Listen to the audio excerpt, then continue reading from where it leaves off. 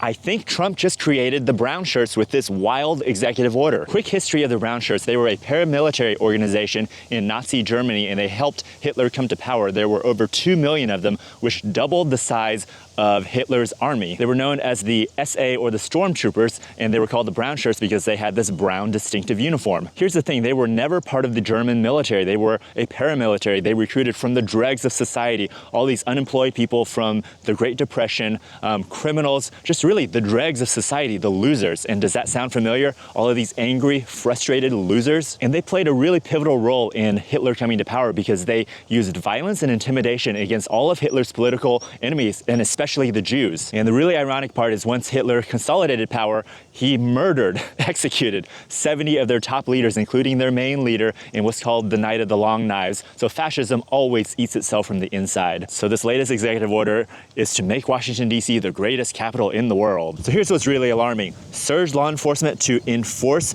unpermitted public demonstrations. That sounds like a crackdown on protests to me. Maximize immigration enforcement. So they're going to be bringing in more ICE agents. So ICE has already been acting like the Gestapo, so they're going to do that even more in DC. Keep dangerous criminals off the streets by strengthening pre-trial detention centers. Pre-trial. That sounds like locking people up without due process to me, which is exactly what they have been doing to all of these student protesters and people with valid visas. Expedite concealed carry licenses for law-abiding citizens. This is the one where I think he is creating the Brownshirts, because who gets to decide who is a law-abiding citizen that gets to have an expedited concealed carry license? It is this administration that gets to decide who can have the legal ability to carry weapons in DC. Here's what's really scary about Brownshirts, because we say the US military would never turn on the civilians, and for the most part, I believe that is correct. You have to go through background checks. You have to, your tattoos are checked. So if you have extremist tattoos, you are barred from enlistment. You go through extensive training in the military, and in that training, you are taught over and over again the importance of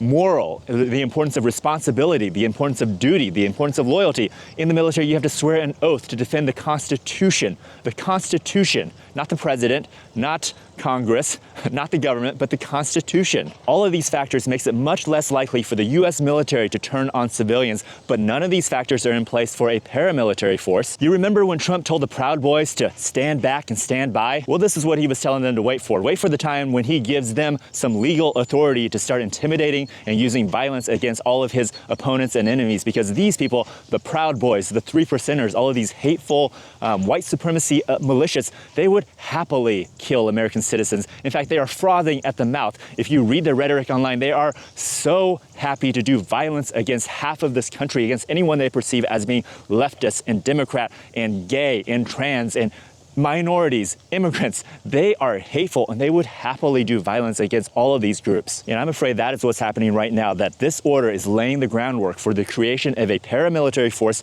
just like the Brownshirts that Trump will use to enact violence against his political enemies. So what can we do? Speak out right now. Speak out, make your voices be heard, share this message, make sure everybody sees this, and then go and protest. I think this executive order is coming as a reaction to the planned protest of April 5th across the nation. You know, in DC, they're going to try to surge law enforcement and really suppress these protests. They can take each of us one by one, but they cannot take all of us standing together.